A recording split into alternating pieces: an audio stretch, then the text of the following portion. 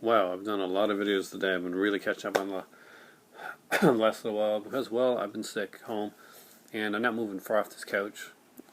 So, just watched a couple of Chris Brock's videos there and very cool stuff. I'm actually in the middle of like kind of a little mini marathon of some of these, catching up some of the reviews and stuff like that, especially got some Scream Factory reviews.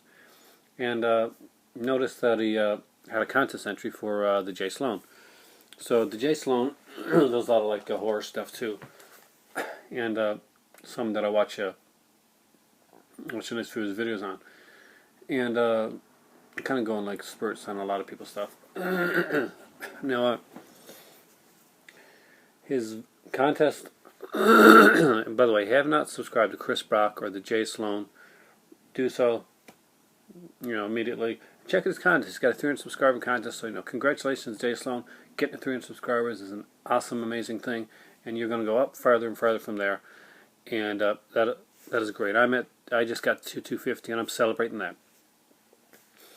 I'm going to reverse the order of your questions because I'm just wacky that way, and I'm going to let you know first why I subscribe to your channel rather than the second question. Sorry, my throat's going a bit there.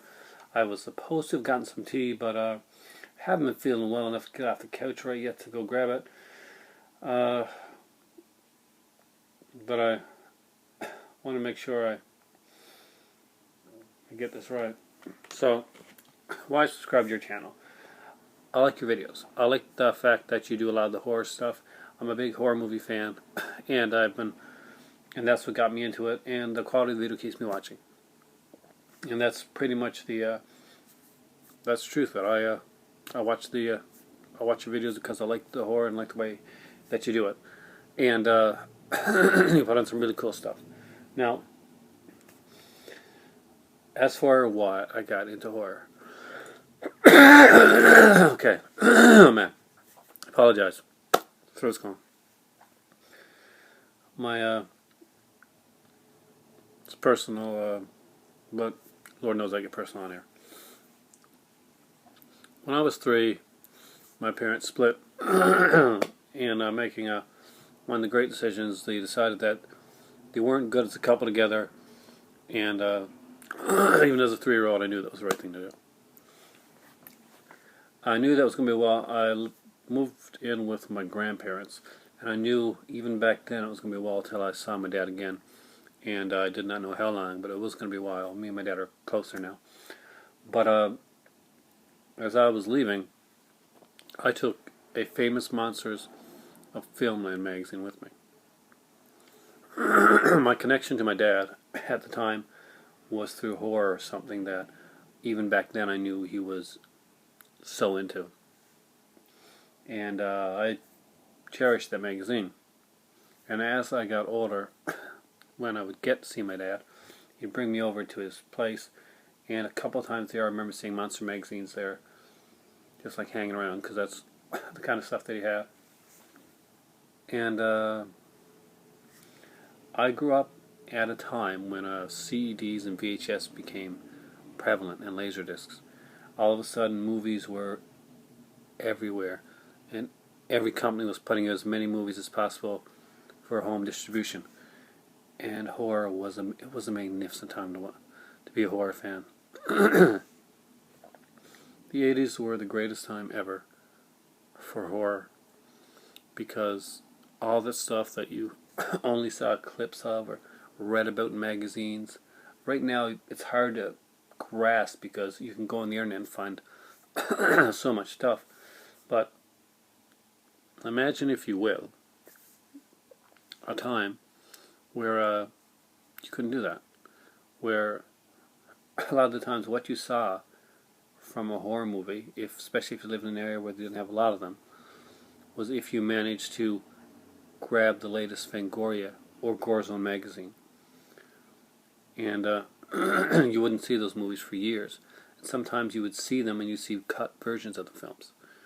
It wasn't so bad here in Canada, I gotta say. We were pretty good when it came to the cutting thing. I think the United States are still waiting to get an uncut version of Texas Chainsaw Massacre: The Next Generation. And that's not even going to England's Video Nasties era, which, by the way, check that out if you're ever into like really cool documentaries. There, House on Straw Hill, great documentary. With that one, but only for the first 2,000 copies of that Blu-ray. Then bam, it's gone. But that's why I just grew up in a time when horror was big. Magazines were crazy into horror. I mean, like when I was growing up, horror was so, there was like Famous Monsters, there's Fangoria. But as I got closer to college years and I was watching more and more horror, there was like Horror Fan, and there were so many others, some that came and went really fast. But I was in acting and writing and directing, and because of that, and because of the stuff that I liked, I was in the new. I did journalism, but even before that, when I was in high school, I did worked on the school newspaper. And one of the things I did in one school newspaper was a retrospective on the Friday the 13th franchise up to that period, and it ran 13 pages. It was like a little insert. I was very proud of that.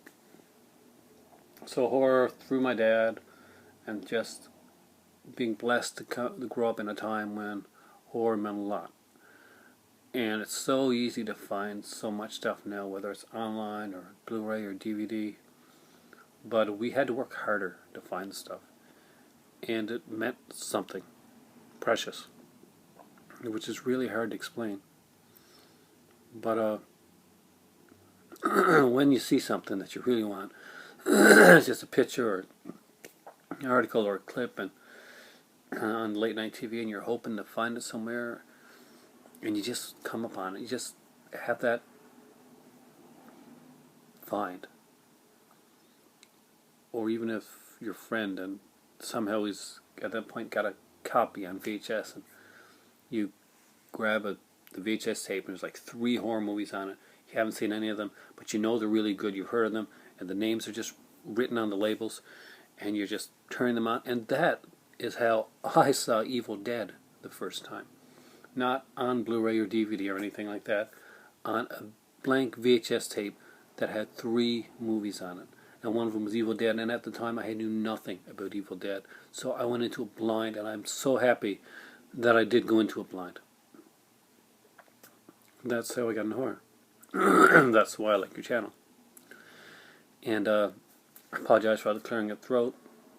If you guys haven't subscribed to the TheJSlone or Chris Brock, really suggest you do so. I apologize for my going voice, but I have been feeling pretty sick today, and I'm just going to go grab some tea now because I really need it, and I'm going to make myself get off the couch and do it.